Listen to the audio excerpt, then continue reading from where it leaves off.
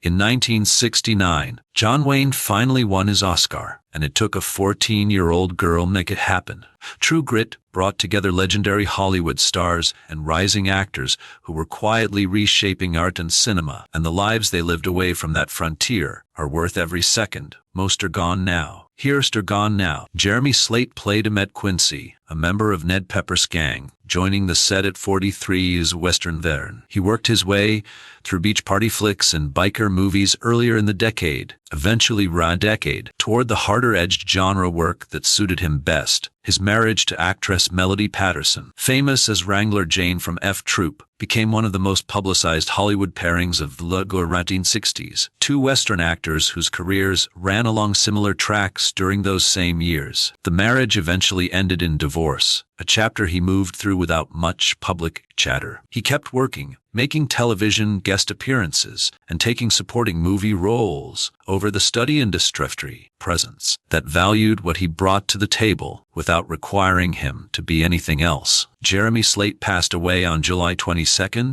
2006, at age 80, the same year Dennis Hopper played Moon, the young outlaw with a brief but memorable role early in True Grit. Easy Rider also arrived that same year, a film he co-wrote, directed, and starred in, permanently altering the trajectory of American indie cinema. He was 33 during production. Having both films hit in the same year makes True Grit feel almost like a footnote to a career that was his footing. There's a something far at the exact same time. 5 marriages mark the decades that followed, including a famously brief 8-day marriage to Michelle Phillips of the Mamas and the Pappas and the 70, and a final marriage to Victoria Duffy in 1996 that lasted until they separated before his death. Apocalypse Now, Blue Velvet, Hoosiers, and Speed confirmed that the talent behind the chaos was completely real. The Dennis Hopper passed away on May 29, 2010, at 74.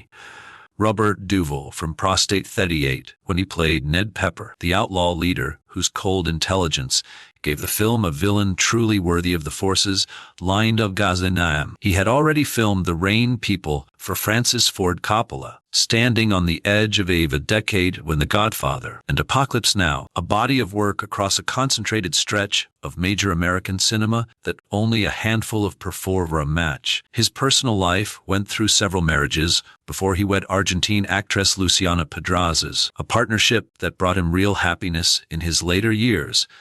An Academy Award for Tender Mercy, the 349th what Ekignaza that everyone had already known. Robert Duvall passed away in 2026, closing out one of the most distinguished careers American film has ever produced. Glenn can the role label not as an established actor, but as one of the most commercially successful musicians in America, and Paramount gambled on that being enough for a major studio western alongside John Wayne.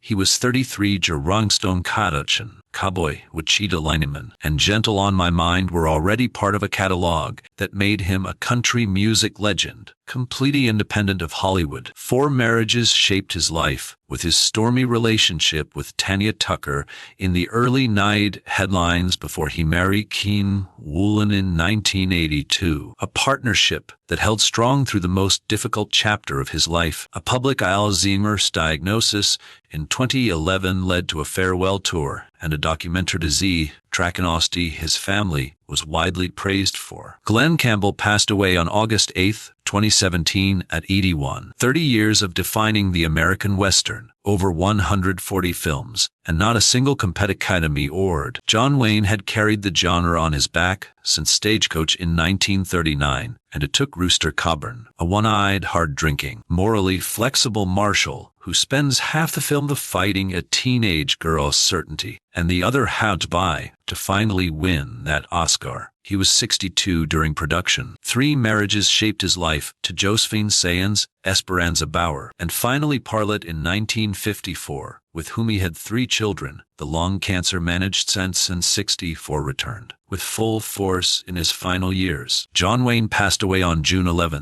1979, at 72, and the Western genre, and to reclassence, without any success. Before the plot of True Grit even properly began, Alfred Ryder had already told the audience everything they needed to know about Rooster Cogburn, his courtroom interrogation as Gotti, the defense attorney pressing a marshal about his complicated relationship with the truth. It drew the story's moral lines with absolute precision in just one scene. He was 53 during filming, arriving from a stage career that made him a respected powerhouse in serious murder over the previous 20 years. He brought the heavy craft of an actor who knew how to turn a minor supporting scene into something forgettable. His private life stayed almost completely off the radar for his entire career. That quiet privacy held strong through decades of work on stage, film, and early television. Alfred Ryder passed away on April 29, 1995, at 79. Within the first 20 minutes of True Grit, True Martin made it crystal clear the color Jess, the co-astray was Nathan Matty Ross. Watching him slowly realize his speed is pure gold. He was 50 during filming, already standing out as a highly recognizable face in Hollywood westerns. Just 2 years earlier, he delivered the famous failure to communicate line in Cool Hand Luke, cementing as one of cinema's most quoted moments. He married Helen Felt and kept his family life well away from the harsh spotlight of Hollywood fame. That special gift, that edgy, slightly desperate grip on authority, was something the Western genre kept calling on. True Martin passed away on August 1, 1980, at 61. The most dramatic chapter in Jeff Corey's career, between his early Hollywood days and Cheney, and playing Canton Killer, whose brutal crime sparks the whole plot of True Grit, was the long stretch he spent totally off-screen. At 55 during filming, he was blacklisted during the McCarthy trials for refusing to name the House Anakin Activities Committee. Shut out from acting for about 10 years, he used that forced break to become one of Hollywood teachers, training stars like James Dean, Jack Nicholson, and Jane Fonda, while major film studios refused to hire him off-camera. He was married to Hope Summers and raised a big family. A quiet family life built through a career the blacklist disrupted, but never actually broke. Jeff Corey passed away on August 16, 2002, at 88. Ron Soyle played Captain Boots Finch at 41. He came up through the 1960s television boom, an era when American TV was churning out more cowboy stories than before, and character actors who could ride horses and deliver natural lines without overacting were overacted, and his private life remained almost completely hidden from the public eye during all his active years off-screen, leaving almost no paper trail about his marriages or family life after he finally stepped away from acting. Yet his extensive body of work on screen represented a lasting contribution to a beloved genre that relied on reliable players like him to make every work seamlessly. Ron Soyle died in 2002. John Fiedler played Lawyer Daggett at 44, but the voice that defined his legacy did not belong to a courtroom. It belonged to a small pink toy. He voiced Piglet in Disney's Winnie the Pooh franchise across decades of animated films and television films. It was a role so beautifully suited to his soft, nervous voice that the character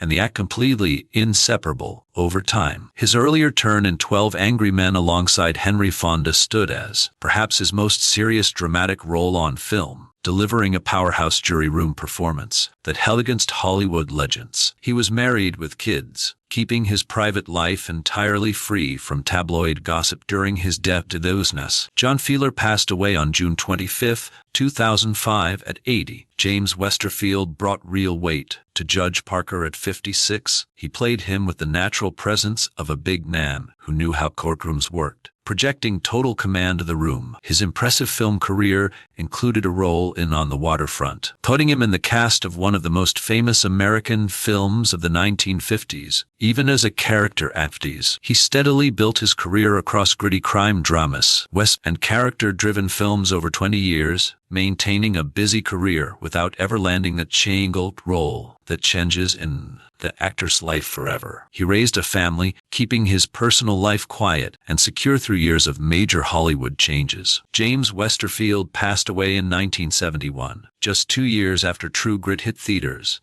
John DeSivhammer had been working Holly and Hougen since the 1940s. By the time he played the sheriff at 48, he had stacked up credits in crime dramas, war dramas, and westerns, proving he was a versatile, highly valuable character actor who could never be locked to just one specific type of role. The 20-year run before True Grit showed up proves a kind of grit the industry rarely honors. Yet the business absolutely needs actors like him to keep making movies look easy. He kept his personal life completely under wraps throughout his entire career, always prioritizing the actual craft over the exhausting celebrity machine that constantly buzzed around. John Doucette died in 1994. Donald Woods was 63 when he played Barlow. His late movie scenes linked the old schools through the fresh, raw, energy reshaping American film that year. A journey starting as a contract player at Warner Brothers. In the 1930s, he popped up in crime movies and dramas during the studio system's absolute peak, building a huge resume through the fast, heavy output of the old studio machine, moving from that old golden era into the chaotic, changing industry of the 1960s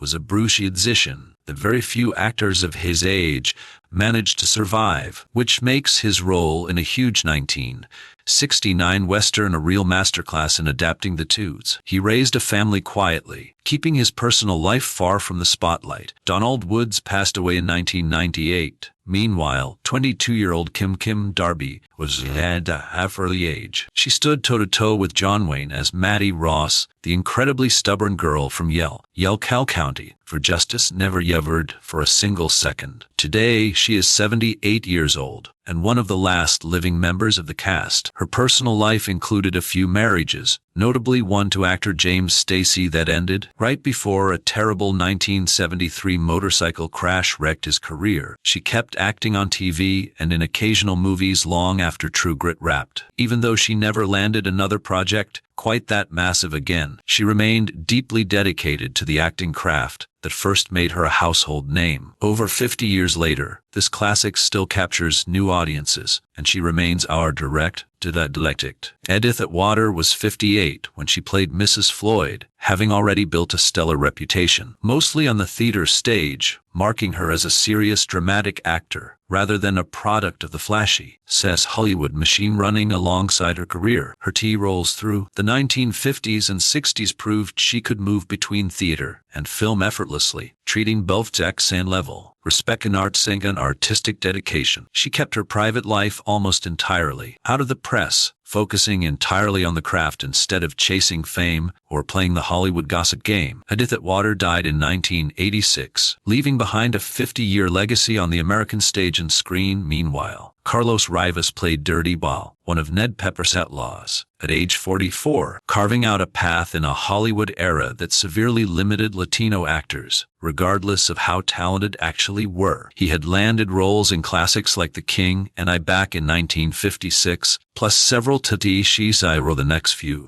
His whole career was shaped by the unfair boundaries Hollywood put on minority actors, from the right into the rise of television. Yet the steady stream of supporting roles he earned showed relentless drive in an industry that rarely offered him the leading roles he deserved, a hard truth even True Grit did not fix. But his constant presence on screen quietly challenged those unfair limits every single day. Like many of his peers, he kept his private life completely out of the headlines. Carlos Rivas died in 2003, 57 years after True Grit united that one-eyed Marshalky Rager and the most stubborn 14-year-old girl in movie history. The Western still delivers the exact same punch of den. Which story did you find most surprising? Drop your thoughts in the comments and subscribe so you never miss our next story.